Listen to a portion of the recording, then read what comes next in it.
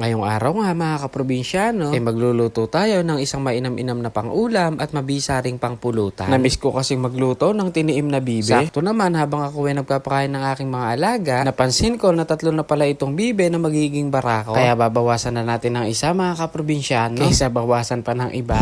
Tingnan nyo naman kung gaano kataba itong ating alaga. Siguro tumitimbang din ito ng nasa 2 kilong mahigit. Nung mahuli ko nga yung aking target, ito't nagpakulong muna ako ng tubig. At syempre, kukuha muna tayo nitong ating mabisang pang-alis ng lansa. Ito ay optional lang naman mga kaprobinsyano. Kung wala naman po kayong tanim nito sa inyong bahay, okay lang din. Trip ko kasi yung lasa ng tiim na may tanglad. At kung gagayahin nyo naman po yung paraan ko ng pagluluto nito, kayo na lang po ang humusga mga kaprobinsyano. Pero lagi ko nga sinasabi sa inyo na lahat naman po tayo ay may kanya-kanyang diskarte sa pagluluto. At itong aking pamamaraan ay isa lang naman sa pwede nyong gawing option. Habang ako ngayon nagbabalahibo, eto't mukhang uulan naman yata. Abe, sobra lakas ng hangin. At para sa akin nga rin mga kaprobinsyano, mas gusto kong tinitiim itong bibe kaysa sa manok. Iba kasi ang linamnam nito mga kaprobinsyano. At habang sinasalab ko nga yung maliliit na balahibo, napansin ko rin na talagang kay lusog nitong ating alagang bibe. Abay, sa balat pa lang ay talagang manggigigil ka na. Tapos may inaalis nga pala ako dito sa gawing buntot. At kapag nakain kasi natin yan, hindi maganda ang lasa. Mainam nga din dito mga kaprobinsyano yung matiktik natin yung tubig bago natin lagyan ng rekado. Bali nagpasok nga pala ako sa loob nito ng bawang sibuyas at luya. Tapos ipangbabar natin itong tanglad para may rekado sa loob at labas. Isinama ko na nga rin pala yung leeg at laman loob. Maglalagay nga rin pala tayo dito ng sibot mga kaprobinsyano. Dahon ng laurel, pamintang buo, budburan natin ng asin, kaunting magic seasoning, mga 3 kutsarang asukal, itong nabili nating 2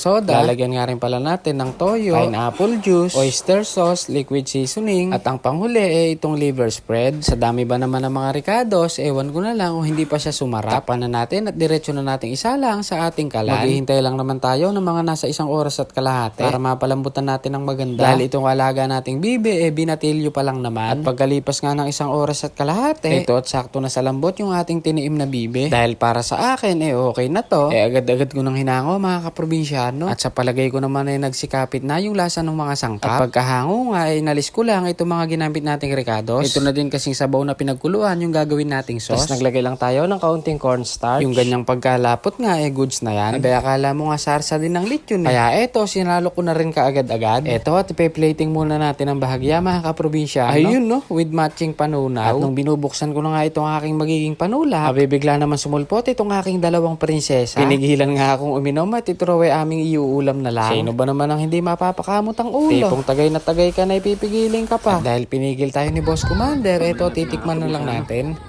Itong ating tiniim. Uy, mga kaprobinsyano. Makalas sa buto. Sausaw natin dito sa ating ginawang sauce ng ating tiniim. Mga kaprobinsyano. Tignan natin. Unang subo para sa inyo po mga kaprobinsyano.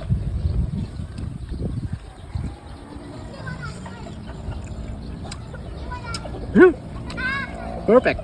May namis yan na may konting alat. Sarap.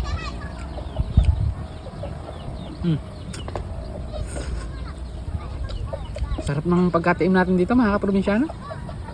Solid. Mamaya natin pupulutan ito mga kaprobinsyano. Pag nakatalikod si Boss Commander, tirahin natin ito, pulutan. Ang kaso, nung kakain na nga kami, hindi pa pala nakakasain. Kaya ito, ginabi na rin kami mga kaprobinsyano. Tara po't samahan nyo na po kaming maghapunan. Tingnan natin mga kaprobinsyano.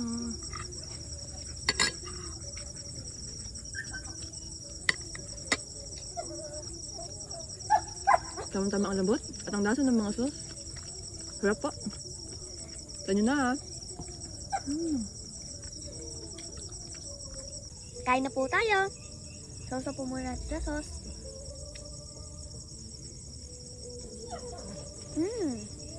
Sarap.